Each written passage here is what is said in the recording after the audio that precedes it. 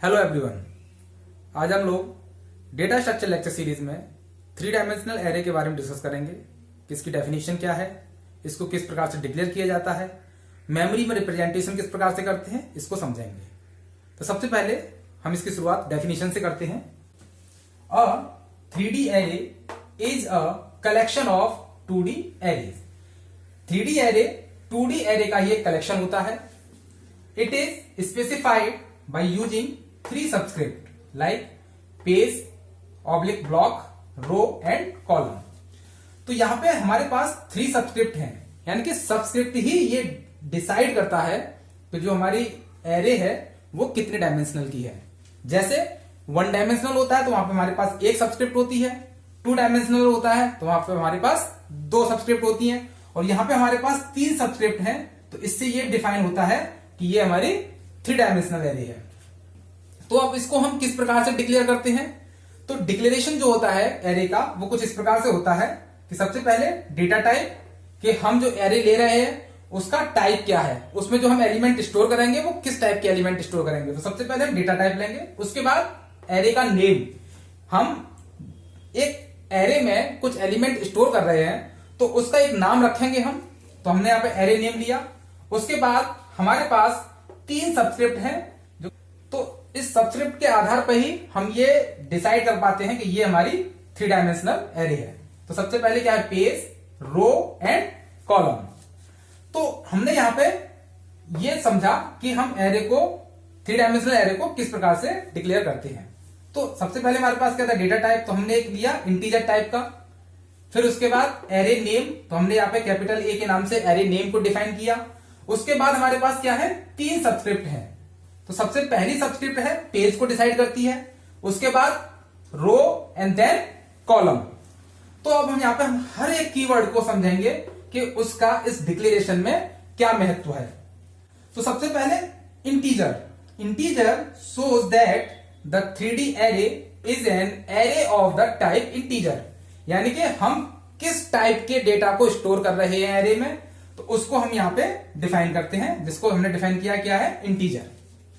उसके बाद capital A is the name of the array. जब हम एरे को डिफाइन कर रहे हैं दैट मीन्स हम उसका एक नाम रखेंगे, एक वेरिएबल नेम देंगे उसका, कि हमारी जो एरे है वो किस नाम की है। तो बेसिकली हमने यहां पे कैपिटल ए लिया है, तो A is the name of array. Third point है हमारा फर्स्ट सबस्क्रिप्ट। तो फर्स्ट सबस्क्रिप्ट क्या है, यानी कि ये पेज। तो ये क्या रिप्रेजेंट करेगी, the page total number of 2D array. तो जैसा कि मैंने आपको बताया यहाँ पे कि 3D array is a collection of 2D array, यानी 2D एरे का कलेक्शन ही हमारा 3D एरे कहलाता है। तो total number of 2D array, तो total number of 2D array यानी कितने नंबर ऑफ, हम कितने नंबर ऑफ 2D एरे यहाँ पे मेंशन करेंगे। तो हमने यहाँ पे मेंशन किया है 2, यानी कि इस 3D एरे में हमारे पास दो 2D एरे होंगी। Okay, then second subscript represent the rows of 2D array.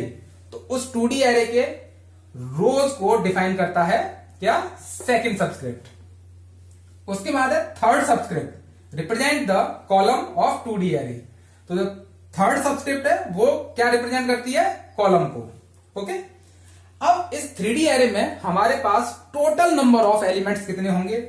So the total number of elements is तो page into row into column. So basically यहां पे हमने क्या दिया है, 2 5 2, यानी पेज 2 हो गया, रो 5 हो गई, कॉलम हमारे पास 2 हो गई। सो इन तीनों का अगर हम मल्टीप्लाई करें तो कितना हो जाएगा, 20, यानी कि टोटल नंबर ऑफ जो एलिमेंट होंगे 3D एरे में वो 20 होंगे। क्लियर।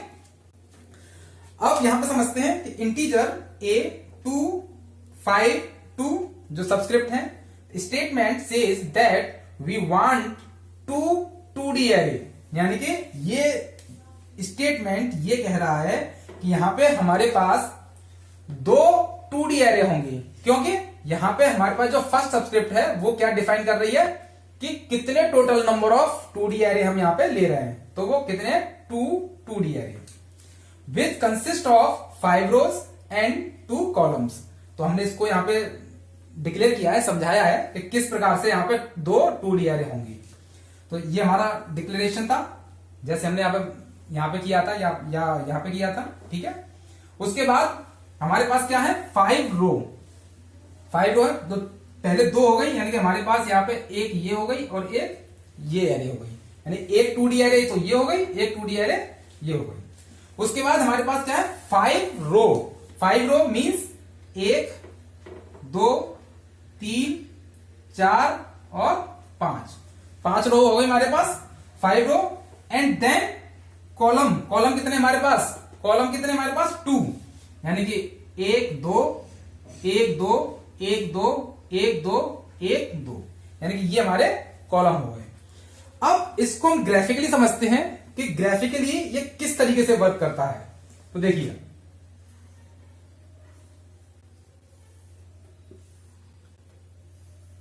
ये हमारे पास 1 2 3 4 1 2 3 4 5, तो ये हमारे पास हो गए नंबर ऑफ, कितने हो गए, रो 1 2 3 4 और 5 रो हो गए हमारे पास। अब कॉलम कितने, 2। अब इनके अंदर जो एलिमेंट हैं उनको हम यहां पे स्टोर करते हैं। सबसे पहले 0 1 2 3 4 5 6 7 और 8 9, क्लियर। तो ये हमने जो एलिमेंट थे वो हमने इसमें स्टोर करा दिए, क्लियर। 1 और 2 हमारे पास क्या हो गई, यहां पे कॉलम हो गए, और 5 हमारे पास रोज हो गए, क्लियर। अब हम बात कर रहे हैं यहां पे 3D एरे की। तो हमारे पास कितनी है, 2D एरे, मतलब 2 2D एरे हैं, यानी कि एक तो ये हो गई जिसको कि हमने स्टोर करा दिया, दूसरी क्या होगी, ये सेकंड वाली। तो जो सेकंड वाली होगी, क्योंकि ये 3 डायमेंशनल एरे है, तो इसलिए कुछ इस तरीके से हम इसमें एलिमेंट को स्टोर करा पाएंगे, कुछ इस तरीके से, क्लियर है। यानी कि जो सेकंड हमारे पास 2D एरे होगी वो कहां होगी, जस्ट इसके पीछे, वो दिखाई नहीं देगी। तो हम कुछ इस तरीके से उसको कर लेते हैं।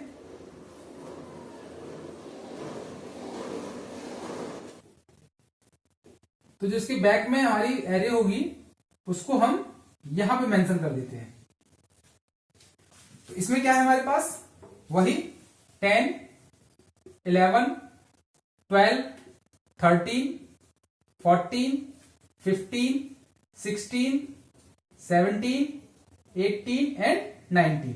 तो ये हमारे पास एक 2D एरे हो गई और ये हमारे पास दूसरी 2D एरे हो गई।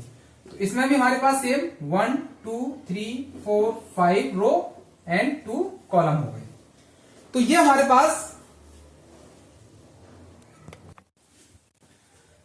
पास दो 2D एरे हो गई जिनमें हमारे पास कुछ एलिमेंट थे। उन एलिमेंट्स को हमने इसमें स्टोर करके आपको दिखाया कि एक आपकी जो 2D एरे होती है वो फ्रंट में होती है और एक जो 2D एरे होगी वो हमारी कहां होगी, बैक साइड में होगी, छुपी हुई होगी। उसको हमने एक आपको व्यू करके दिखाया है कि किस तरीके से हम 2D एरे के एलिमेंट्स को यहां पे स्टोर करते हैं। तो ये तो हो गए आपके कि आपके पास कितने नंबर ऑफ 2D एरे होंगी, कितने नंबर ऑफ रोज होंगे और कितने नंबर ऑफ कॉलम्स होंगे। उसमें हमने कुछ एलिमेंट्स लेके आपको यहां पे हमने स्टोर करके दिखाया। अब इसमें हम आप लोगों को बताएंगे कि जब भी हम कंप्यूटर में एलिमेंट्स को स्टोर करते हैं तो वो कुछ इस प्रकार से नहीं होते हैं। तो वो हमने आपको लास्ट वीडियो लेक्चर में बताया था कि हम किस प्रकार से एलिमेंट्स को स्टोर करते हैं। तो देखिए, तुम्हारे पास दो तरीके होते हैं एलिमेंट्स को स्टोर करने के। सबसे पहला होता है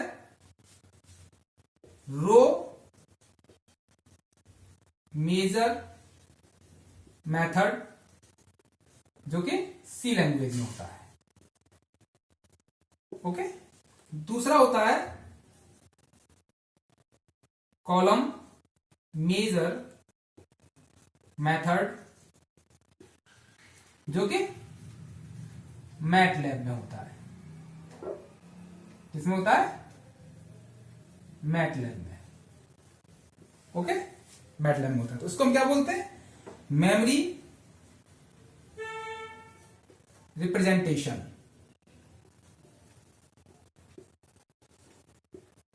मेमोरी रिप्रेजेंटेशन किसका? 3D एरे का।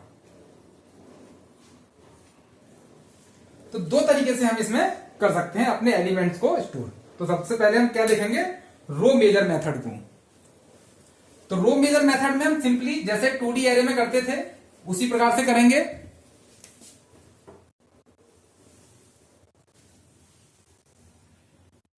तो इसमें क्या करते हैं, row major method. Row major method means कि हम एक एक रो को लेते जाएंगे और उनको एलिमेंट को स्टोर करते चले जाएंगे। तो सबसे पहले हमारे पास क्या है, पहले 2D एरे की पहली रो यानी कि 0 and 1, फिर उसके बाद दूसरा 2, then 3, 4, 5, 6, 7, 8 और 9। इसके बाद जो सेकेंड 2D एरे है उनके एलिमेंट्स को हम स्टोर कराएंगे, यानी कि 10, 11, 12, 13, 14, 15, 16, 17, 18 और 19। तो ये तो हो गया हमारा क्या, रो मेजर मेथड। अब इसके बाद हम देखेंगे कॉलम मेजर मेथड, जो कि हम मैटलैब के थ्रू ही करते हैं। ये आपको कहीं सर्च करने पर नहीं मिलेगा।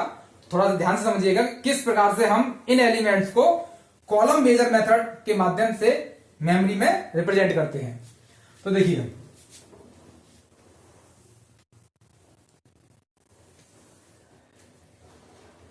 सबसे पहले हम क्या करेंगे, पहले 2D एरे की जो कॉलम है यानी कि 1 एलिमेंट कितना है हमारा, 0, इसको लिया।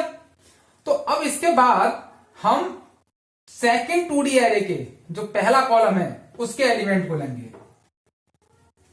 यानी कि जो ये कॉलम है पहला वाला कॉलम और ये कॉलम है, यानी कि पहले ये फिर इसके बैक साइड का, क्योंकि ये जो 2D एरे है इसके बैक साइड में रहेगी, तो इसलिए पहला एलिमेंट ये आएगा पहले कॉलम का, और दूसरे 2D एरे का जो पहला कॉलम का जो पहला एलिमेंट है उसको लेंगे, यानी कि 0 और 10।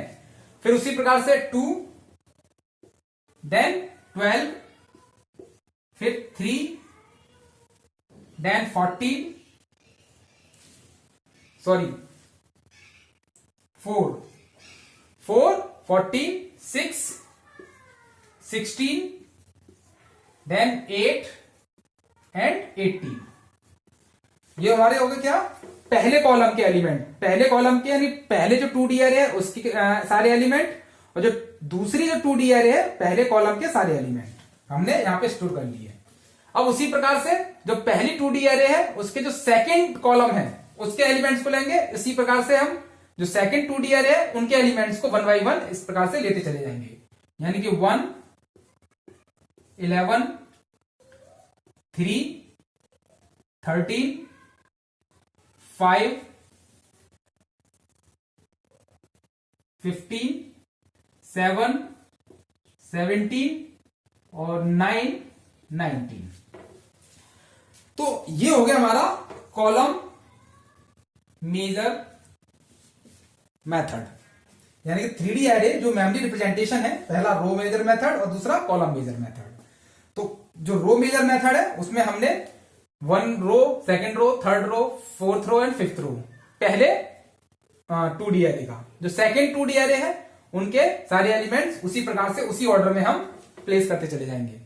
और जो कॉलम मेजर मेथड है उसमें हम क्या करेंगे, जो पहला 2D एरे है उसके जो कॉलम है यानी कि 0, 2, 4, 6, 8, तो हम क्या करेंगे, पहले ये वाला एलिमेंट लेंगे पहला 0, इसके बैक साइड में जो हमारा जो ये वाला एलिमेंट है यानी 10, इसको लेंगे, यानी एक ये एलिमेंट फिर एक ये एलिमेंट, इस प्रकार से हम इसमें स्टोर करते या रिप्रेजेंट करते चले जाएंगे। तो ये तो हो गया हमारा रिप्रेजेंटेशन। अब सपोज कि हम किसी एलिमेंट को फाइंड करना चाहते हैं, तो हमारे पास कितने 3 सबस्क्रिप्ट हैं, यानी कि A, 1, 3 और 2, यानी कि ये क्या डिसाइड कर रहा है, पेज, यानी कि पेज हो गया। तो पेज यानी कि 1 में, यानी कि फर्स्ट 2D एरे में, यानी फर्स्ट 2D एरे, क्लियर है। देन थर्ड रो है, यानी कि 1, 2, 3, यानी कि थर्ड रो इसमें जाएगा। और दो मतलब दूसरा कॉलम, यानी कि पहला और दूसरा, यानी कि एलिमेंट क्या हो गया हमारे पास 5। तो रो में 5 यहां आ गया और कॉलम में 5 ये आ गया। अब ये तो हो गया हमारा इस प्रकार से कि हमने यहां पे एलिमेंट को 1 by 1 फाइंड किया कि किस प्रकार से हम यहां पे कर सकते हैं, फाइंड कर सकते हैं एलिमेंट को।